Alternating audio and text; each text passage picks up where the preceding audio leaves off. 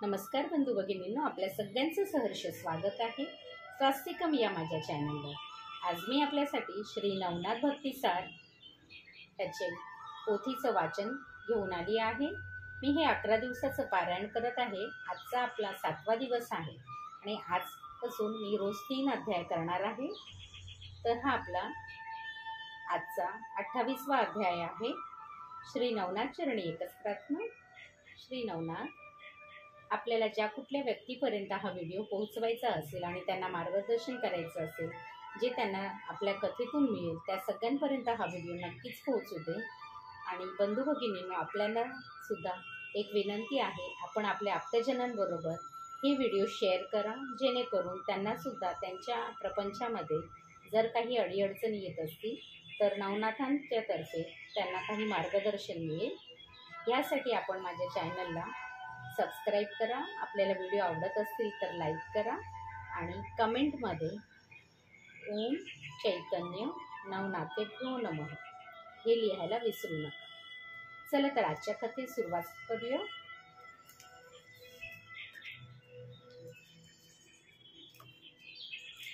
आजचा अध्याय आहे अध्याय 28।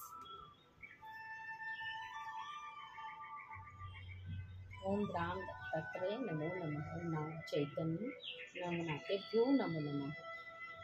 पिंगलेचा अग्निप्रवेश आणि भ्रतरीचा शोध। श्री गणेशाय नमः। श्री गुरु दत्तात्रेयांकडून अनुग्रह प्राप्त झाल्यावर त्यांच्याकडून 12 वर्षाची मुदत मागून घेऊन भ्रतरी सैन्यासह अवंतीस परतले। पिंगलेसह त्यांचा प्रपंच पूर्ववत सुरू झाला। एके दिवशी रात्रीचे भोजन झाल्यावर ते तिच्या महलात गेले। तेथे ती दोघे एकमेकांशी प्रेमळ गुजगोष्टी करू लागली। पिंगला म्हणाली, महाराज, तुमचे माझ्यावरील निस्सीम प्रेम पाहून मला माझा भाग्याचा हेवा वाटतो। आपण दोघे एकमेकांसाठी जन्मलो आलेलो आहे, म्हणूनच आपल्याला परस्परांविषयी इतकी आपुलकी आहे।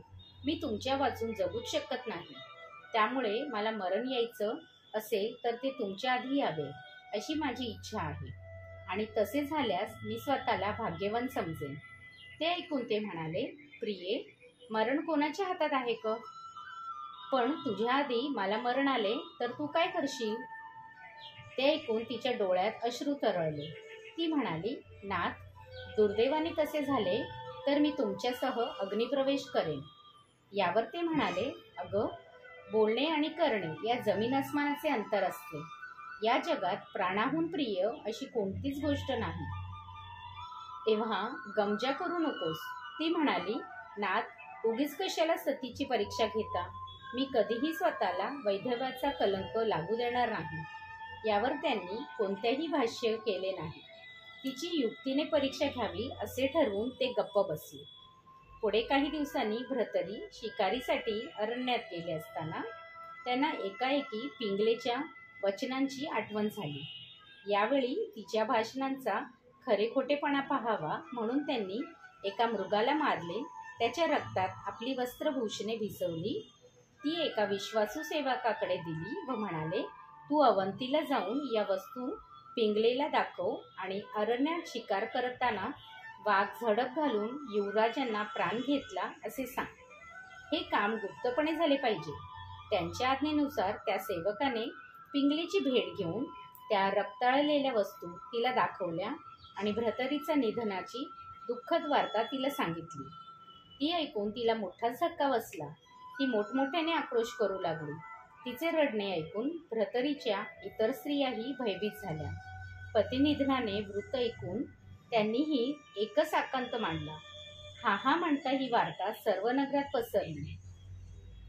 लोक शोकाकुल झाले। पिंगलेने स्वतःला सावरले आणि सहगमनानं निर्धार करून सेवकांना चिता तयार करण्यास सांगितली।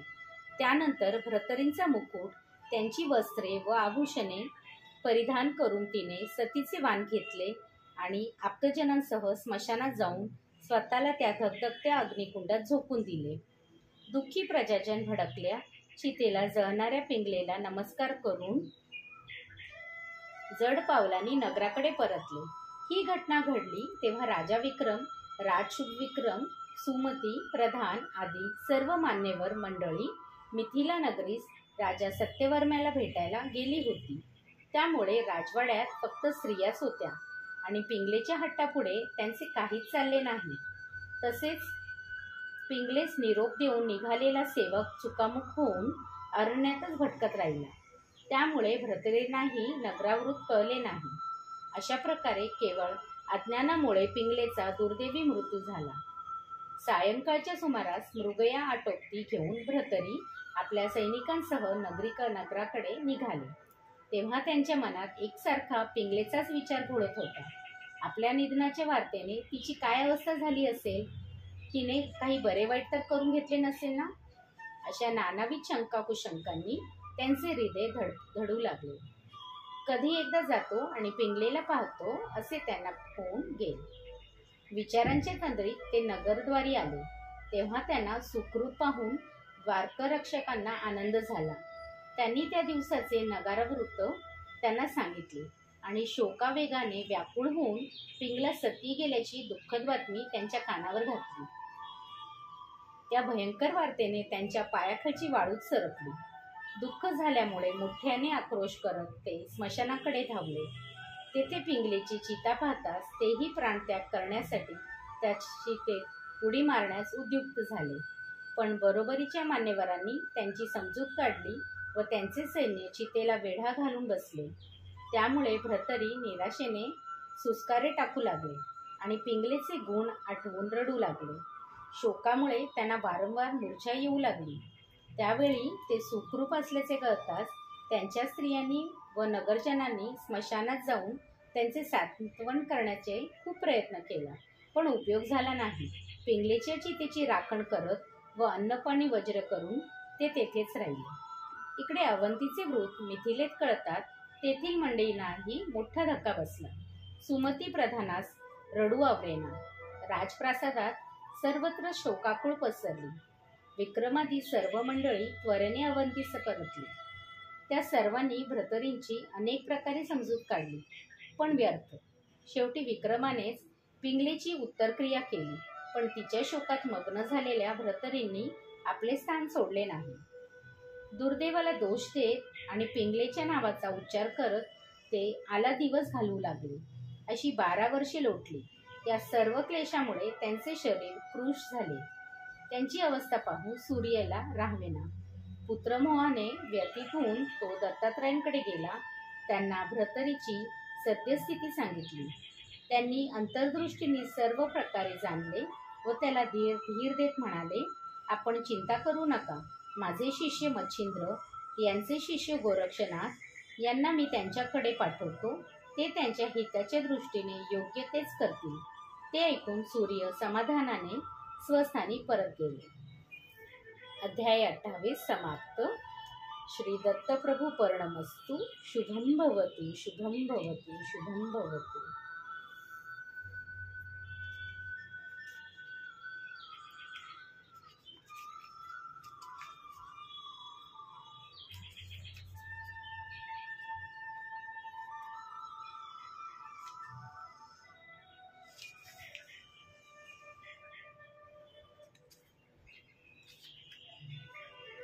ओम चैतन्य नाथाभ्यो नमः.